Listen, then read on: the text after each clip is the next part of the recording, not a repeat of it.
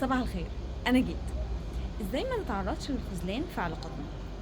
اتكلمنا قبل كده على التوقعات الاكستريمز اللي احنا بنحطها في العلاقات. طيب يعني محدش هيساعدني في حاجه خالص، محدش هيكون موجود جنبي، لا هيكونوا موجودين، بس عشان نتفادى كل ده وعشان نتفادى الغضب والخذلان والكلام ده كله، هنعمل ايه؟ هنعمل حاجه بسيطه جدا. هنخلي عندنا زي هرم، او هنتخيل ان احنا عندنا دايره. الدايرة دي احنا المركز بتاعها، وبتبدأ دواير أكبر منها تتحط حواليها. كل ما الشخص قرب في الدايرة دي فهو قربه مني، أو مدى قوة العلاقة دي بقى قريب.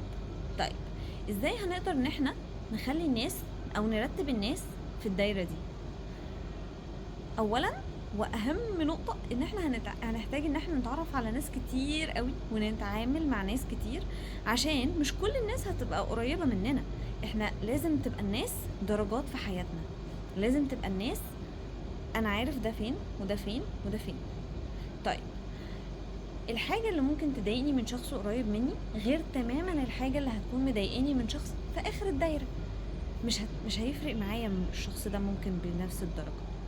عشان كده مهم ان احنا نرتب الاشخاص في حياتنا. طيب ترتيب الاشخاص بيعتمد على ايه؟ اهم حاجة الواضحة جدا المواقف. الشخص ده عدينا بمواقف قد ايه مع بعض، الشخص ده شفته بيتصرف في كذا وكذا وكذا، ففي حصلت مواقف كتير ما بيننا، فبالتالي اقدر اقول ان الشخص ده يقرب يبعد. طيب تاني حاجة الفاليوز بتاعته، يعني الشخص ده عنده قيم متناسبة مع القيم بتاعتي، فبالتالي هنقدر ان احنا يقرب شوية في الدايرة، ولا لأ لسه هو بعيد، فاحنا يعني هنخليها بعيد شوية بحيث ان احنا ما نتضايقش لما حاجة تحصل. تالت حاجة واهم نقطة، الشخص بيقدر يدي ايه، ودي لازم نكون عارفينها عشان لما هنرتب الدايرة بتاعتنا ما نروحش مثلا في الدايرة القريبة من الأصدقاء. لو أنا رحت لهم في حاجة أنا محتاجة أكون عارفة الشخص ده بيعمل إيه. بمعنى أنا دكتورة علاج طبيعي، معالجة للصدمات النفسية، بس مش مهندسة، فلما يجي حد من صحابي يسألني في حاجة في الهندسة أو في الحسابات مش هعرف أرد عليه، فيجي يقولي خذلتيني.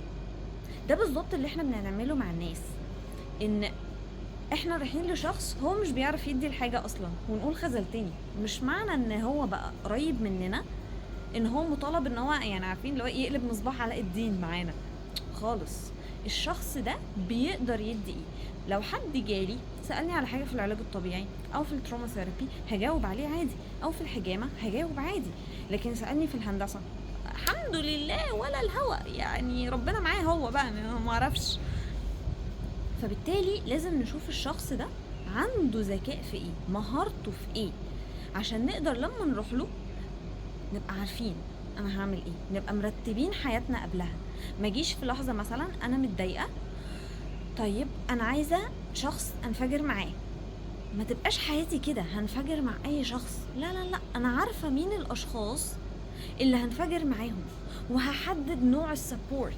بمعنى انا ممكن انفجر بس مثلا محتاجه حد دلوقتي يقول لي 1 2 3، او حد يمتص الغضب ده وخلاص، او حد نروح نفك تراما. فانا محتاجه اكون عارفه كل شخص في حياتي دوره بيعمل ايه، عشان اقدر على هذا الاساس وقت الازمه، انا مش يلا وقت الازمه وكلكم تحت اختبار، لا، انا بكون عارفه من قبلها الشخص ده بيعرف يديني الحاجه دي ولا لا. مش هروح وانا منهاره ده ملحقنيش فبالتالي انت بره حياتي اصلا، ما ينفعش. احنا كده اللي بندمر علاقاتنا، وده بيكون من اهم الاسباب اللي بتوقع العلاقات. ان شاء الله نعمل فيديو قريب على فشل العلاقات ده. بس مهم جزئيه الترتيب، الشخص ده قريب مني قوي او الشخص ده بعيد.